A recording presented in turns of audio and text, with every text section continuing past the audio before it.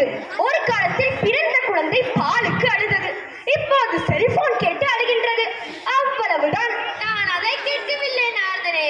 இந்த மனிதர்கள் ஏன் சாலை விதிகளை கடைபிடிக்க மறுக்கிறார்கள்? என்ன அப்படி சொல்கிறீர்கள் யமதர்மரே?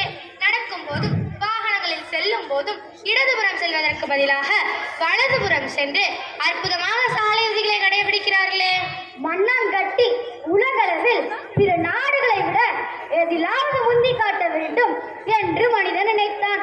முந்தியும் காட்டினான். சாலை விபத்துகளில் சொல்கிறேன் என்று கோபப்படக்கூடாது யமதர்மரே. தங்களுக்கு வாகனம் எருமை மாடு, ஆனால் மனிதர்களுக்கு வாகனம் கார், பஸ், ஸ்கூட்டர் என்று ஆகிவிட்டது. அதனால் விபத்துகள் ஏற்படுவது சகஜம்தானே. இதை நான் ஏற்றுக்கொள்ள மாட்டேன். ஏன் யமதர்மரே? நான் சொல்வதை கவனமாக கேளுங்கள். 2008ஆம் ஆண்டு உலக சுகாதார நிறுவனம் ஓர் ஆய்வு முடிவை வெளியிட்டது. அந்த ஆண்டிலே தெற்காசியா நாடுகளில் நடந்த சாலை விபத்துகளில் இறந்தவர்களின் எண்ணிக்கை 2,88,768 பேர்கள் ஆகும். அதில் இந்தியாவில் மட்டும் இறந்தவர்களின் எண்ணிக்கை 2,10,800 பேர் என்று கூறியது. இதற்கு என்ன காரணம்? யமதர்மரே, மற்றவர்களின் உயிரை எடுத்தது போதாதென்று இப்போது என்னுடைய உயிரையும் எடுக்க ஆரம்பித்து விட்டீர்கள். மனிதர்களின் கையில் இருப்பது விதிரேகை அல்ல, சாலை விதிகளை பின்பற்றுவதே விதிரேகை என்பதை அவர்கள் புரிந்து கொள்ள வேண்டும்.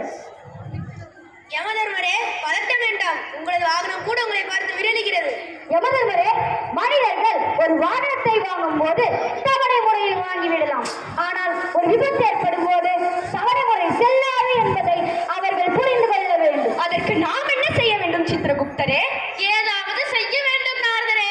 பூலோகம் சென்று சாலை விதிகளை பற்றி மாணவர்களுக்கு வகுப்பெடுப்போமா? ஆசிரியர்கள் நடத்துகின்ற பாடத்தையே கவனிக்க மறுக்கிறார்கள். இதில் நாம் எங்கு சென்று போய் புத்தி சொல்வது? தாங்கள் ஏதாவது ஒரு ஆசிரியர் கனவில் தோன்றி சாலை விதிகளை பற்றி மாணவர்களுக்கு எடுத்து கூற சொல்லுங்கள். அந்த ஆசிரியர் செய்வாரா? செய்யாவிட்டால் யமதர்மரே உங்களிடம் அழைத்துக் கொள்வதாக கூறுங்கள். அளவி எடுத்துக்கொண்டு செய்வார். இன்றே இதை செய்கிற சித்திரகுப்தரே. எப்படி இருந்தாலும் சாலை விபத்துகளை தவிர்ப்பதுதான் நமது நோக்கமாக இருக்க வேண்டும்.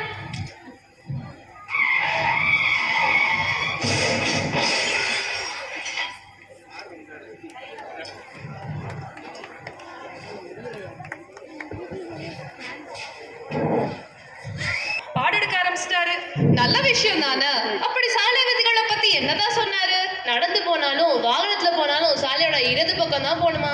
ஏன் சாலையோட வலது பக்கமா போனா கடங்கார வந்துருவானா? வலது பக்கத்துல கடங்கார வரமாட்டான், ஏன் தான் வருவான்.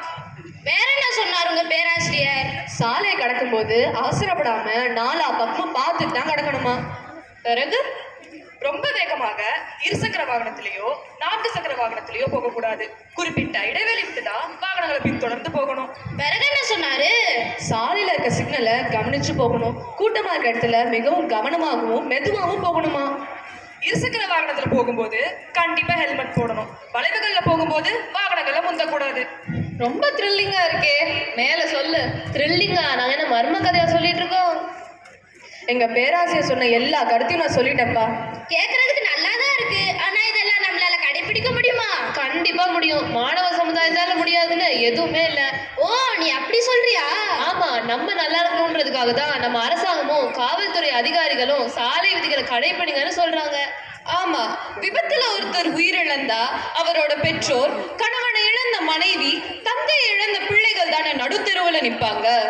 ஆமா, இத மக்களுக்கு புரிய வைக்கிறது ஆசிரியர்களோட கடமை மட்டும் இல்ல, மாணவர்களாகிய நம்மளோட கடமையும் தான். அப்போ நம்ம ஏதாவது கலை நிகழ்ச்சிகள் நடத்தி மக்களுக்கு விழிப்புணர்வு ஏற்படுத்துவோமா?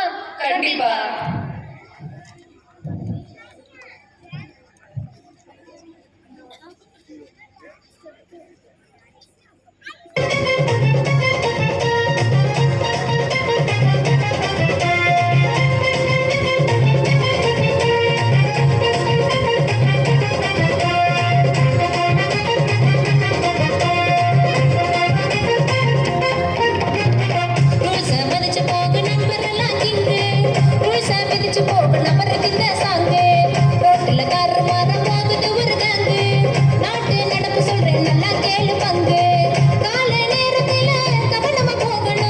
மாலை நேரத்துல மதுவை மறக்க வேணும்.